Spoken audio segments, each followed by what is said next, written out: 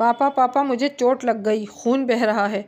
5 साल के बच्चे के मुंह से ये सुनते ही पापा सब कुछ छोड़ छाड़ कर बच्चे को गोद में उठाकर 1 किलोमीटर की दूरी पर क्लिनिक तक भाग भाग कर ही पहुँच गए।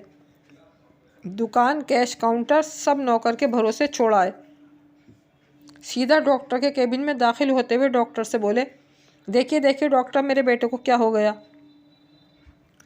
डॉक्टर साहब ने बच्चे को देखते हुए कहा, अरे भाई साहब, घबराने की कोई बात नहीं है, मामूली सी चोट है, ड्रेसिंग करने से ये ठीक हो जाएगी। डॉक्टर साहब कुछ पेन किलर लिख देते, दर्द कम हो जाता, अच्छी से अच्छी दवाइयाँ लिख देते ताकि घाव जल्दी भर जाए। डॉक्टर ने कहा, अरे भाई साहब, क्यों इतने परेशान हो रहे हो, बच्चे को कुछ नहीं हुआ है, 3-4 दिन में ही ठीक हो जाएगा। बच्चे को लेकर लौटे तो नौकर बोला, सेठ जी आपका ब्रांडेड महंगा शर्ट ख़राब हो गया, खून लग गया, अब तो ये दाग नहीं निकलेंगे। वो नौकर से बोले, ऐसे शर्ट बहुत आएंगे जाएंगे, मेरे बेटे का खून बह गया है, मैं उसकी फ़िक्र हो रही है, मेरा बच्चा कमज़ोर नहीं हो जाए। तू जा, एक काम कर, थोड़े सूखे मेवे फ्रूट ले आ, इसे खिलाने पड़ेंगे, मैं चलता हूँ घर पर। अब 40 साल बाद वो दुकान एक बड़े शोरूम में बदल चुकी है। भाई साहब का बेटा बिजनेस खूब संभाल रहा है। भाई साहब रिटायर हो चुके हैं, घर पर ही रहते हैं।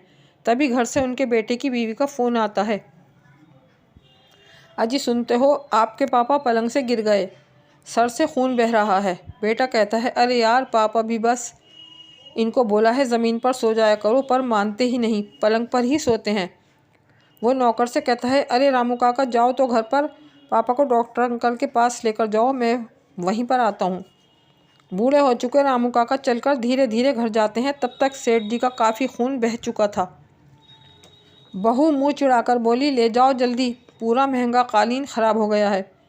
रामू काका जैसे तैसे जल्दी से रिक्शा में सेठ जी को डालकर क्लिनिक ले गए।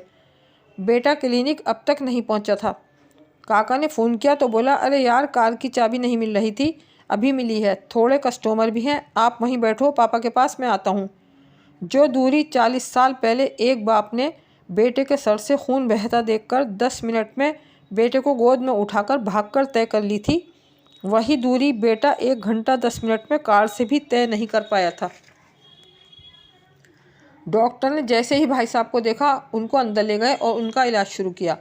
तब तक बेटा भी वहां पहुंच गया। डॉक्टर अंकल बोले, बेटे तुम्हारे पापा का खून बहुत बह गया है, एडमिट कर देते तो ज़्यादा ठीक रहता। तब बेटा बोला, अरे डॉक्टर अंकल कुछ नहीं हुआ पापा को, आप ड्रेसिंग कर दो, ठीक हो जाएंगे 2-4 दिन में। डॉक्टर अंकल बोले, ठीक है, कुछ दवाइयाँ लिख देता हूँ, थोड़ी महंगी हैं लेकिन आराम जल्दी हो जाएगा। तब बेटा कहता है, अरे डॉक्टर अंकल चलेगा, 4-5 दिन ज़्यादा लगेंगे तो अब इतनी महंगी दवाइयों की क्या ज़रूरत, चलो मैं निकलता हूँ, शोरूम पर कोई भी नहीं है। ये सुनते ही डॉक्टर अंकल के सब्र का बांध टूट गया और उन्होंने बेटे को 40 साल पहले की पूरी कहानी सुनाई कि कैसे बचपन में चोट लगने पर तुम्हारे पापा मेरे पास दौड़ कर आए थे। ये सुनकर बेटे की आंखों से आंसू बहने लगे और उसे बहुत शर्मिंदगी हुई।